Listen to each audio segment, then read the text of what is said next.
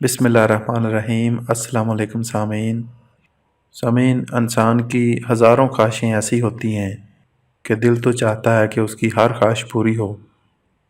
جیسے کہتے ہیں ہزاروں خواہشیں ایسی کہ ہر خواہش پہ دم نکلے، یعنی انسان کے دل میں بسنے والی ہزاروں خواہشیں ہوتی ہیں، اور ہر خواہش وہ انسان چاہتا ہے کہ میری ایک ایک خواہش جو ہے وہ بھی پوری ہو جائے۔ اللہ پاک سے خشوع و خضوع کے ساتھ گڑ گڑا کر اللہ کے حضور سجدہ ریز ہو کر آپ جو بھی مانگیں وہ اللہ پاک ضرور عطا فرماتے ہیں، لیکن اس میں اگر کچھ دیر ہو جائے وہ تو رب کریم کو بہتر پتہ ہے کہ وہ کس ٹائم پہ اپنے اس بندے کو مالک نے عطا کرنا ہے، لیکن ہم سمجھتے ہیں کہ اگر اس خواہش کے پورا ہونا میں تھوڑی دیر ہو جائے تو یہ ہماری پوری نہیں ہوئی۔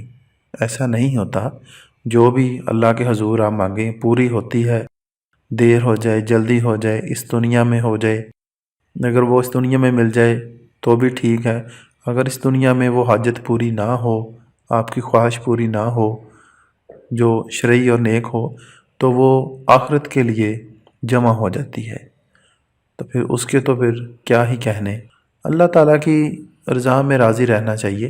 آج جو ہم عمل لے کر چھوٹا سا حاضر ہوئے ہیں وہ آپ کی حاجت پورا کرنے کے لیے، جو شرعی حاجت ہو اس کو پورا کرنے کے لیے بہت مجرب ترین عمل ہے۔ اس میں آپ نے کرنا کیا ہے؟ باوضو ہو کر نہایت خشوع و خضوع کے ساتھ اول آخر 3 مرتبہ درود شریف پڑھ لیں۔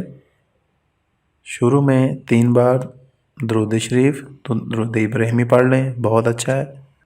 پھر سورہ فاتحہ 1 بار، سورہ اخلاص 3 بار، پھر 3 مرتبہ درود شریف، یہ پڑھ کر دعا مانگیں آپ۔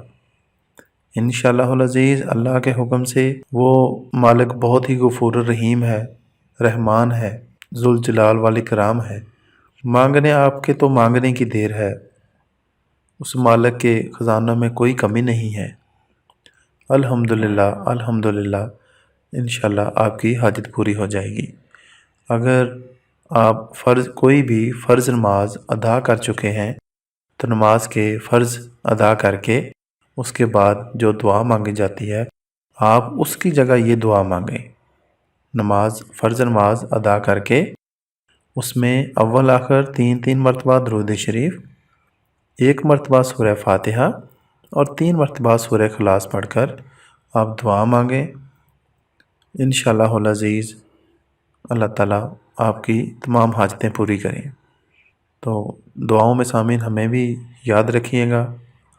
مزید اچھی ویڈیوز کے ساتھ ہم حاضر ہوتے رہیں گے، جب تک کے لیے اللہ حافظ۔